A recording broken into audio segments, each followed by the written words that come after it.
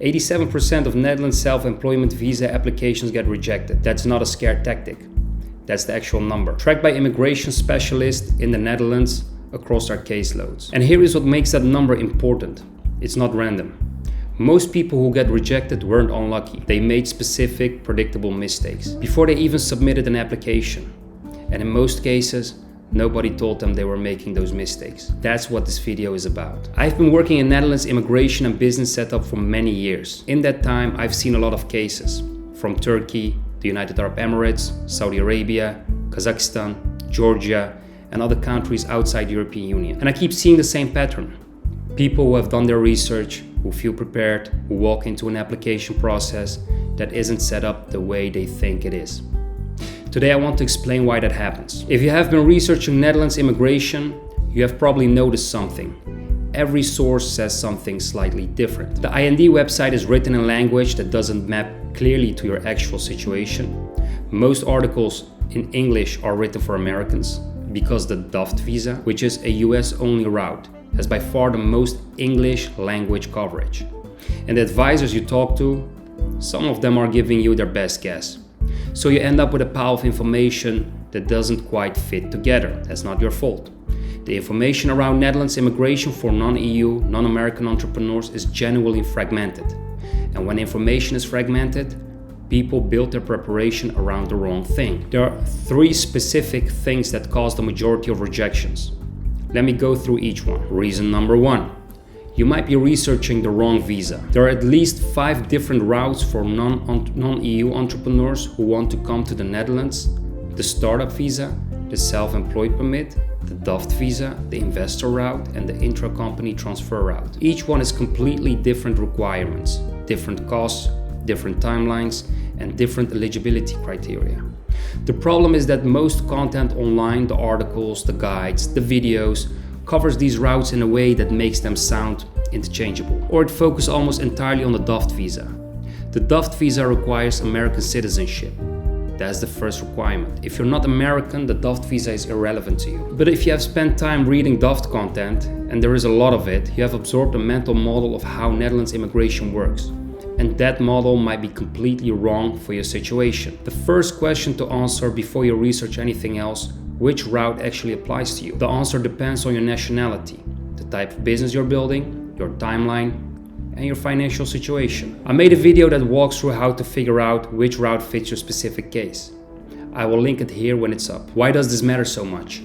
Because if you're studying the wrong route, preparing documents for it, building a business plan around its criteria, you're optimizing for something that won't work. And by the time you realize it, you may have already spent months and money on the wrong preparation. Let's move to reason number 2. Most people don't know the scoring system exists. This surprises almost everyone. When you apply for the Dutch startup visa, your application doesn't just go to the IND, the immigration authority. It goes first to a separate agency called the RVO, de Rijksdienst voor Ondernemend Nederland. In English, the Netherlands Enterprise Agency. The RVO reviews your business plan and scores it. They are evaluating whether your business is innovative, whether it has real Dutch economic impact, and whether it qualifies as what they call a knowledge-intensive activity. If your business plan doesn't score enough points against the RVO's criteria, the IND rejects your application. And the rejection letter will not tell you what specifically went wrong. Most people applying for the startup visa have no idea this system exists. They have prepared what they think is a solid business plan.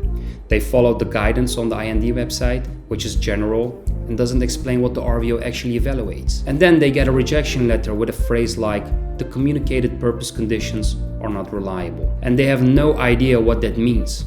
The RVO criteria aren't secret. They are documented, but they are written in policy language that takes time to understand.